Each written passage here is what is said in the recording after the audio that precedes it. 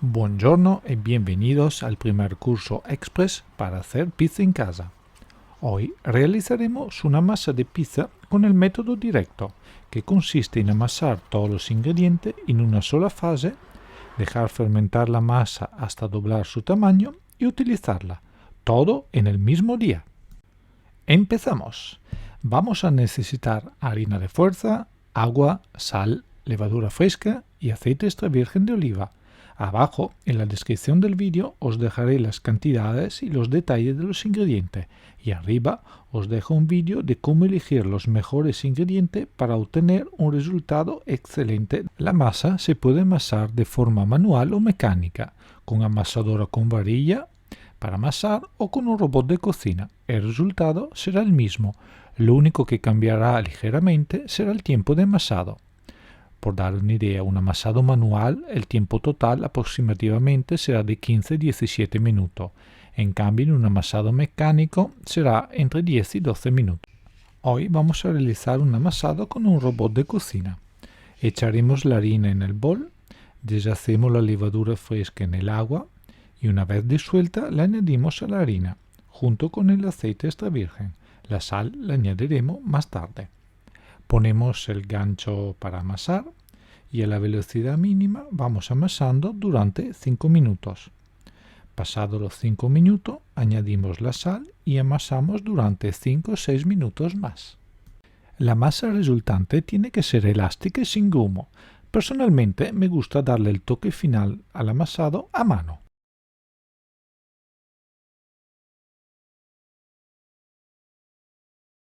Formamos un cilindro con la masa y la dividimos en 5 partes iguales. Con las manos formaremos una bola de esta manera, con movimientos circulares apretando ligeramente la mano hacia adentro y hacia abajo. La bola en la parte de abajo tiene que estar bien cerrada. Llegado a este punto, ponemos congelar una parte de la masa para tenerla lista por otro día o seguir con la receta.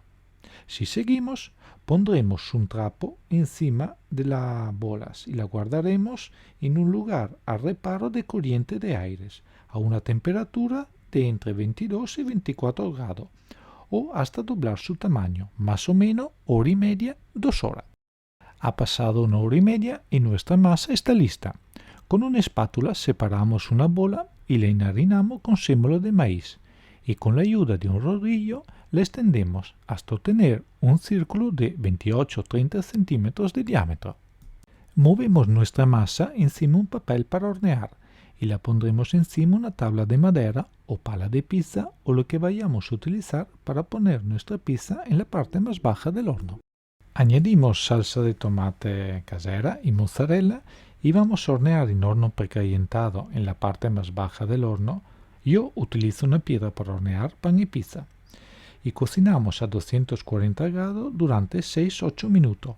Os aconsejo las primeras veces de quedaros delante del horno y mirar cómo se cocina vuestra pizza para empezar a conocer vuestro horno. La pizza resultante será una pizza fina y crujiente. Si os gusta la pizza más esponjosa, podéis hacer las pizzas un poco más pequeñas. Este tipo de masa, al no llevar mucha agua y al estirarse con rodillo, son ideales para recubrir alimento que vamos a terminar de hornear, por ejemplo un salmón o un solemillo en crosta de pan o pizza.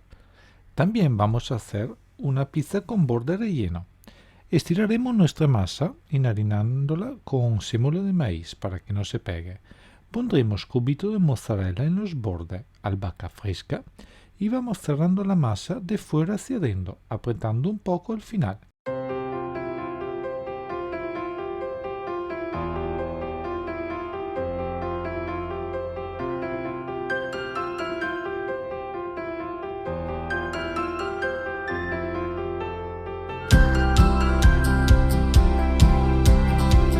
Añadimos nuestra salsa de tomate casera y hornearemos encima la piedra durante 7-8 minutos.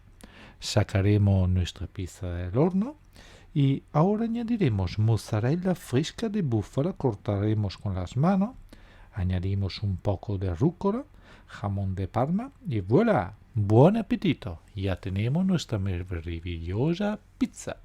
te ha gustado la receta, suscríbete al canal y espero tu comentario, y si tienes cualquier duda me puedes escribir. Nos vemos en la próxima lección del curso, donde descubriremos cómo hacer un prefermento en casa para añadir a nuestra masa, la cual resultará más crujiente y sabrosa. Nos vemos la semana que viene. ¡Chao!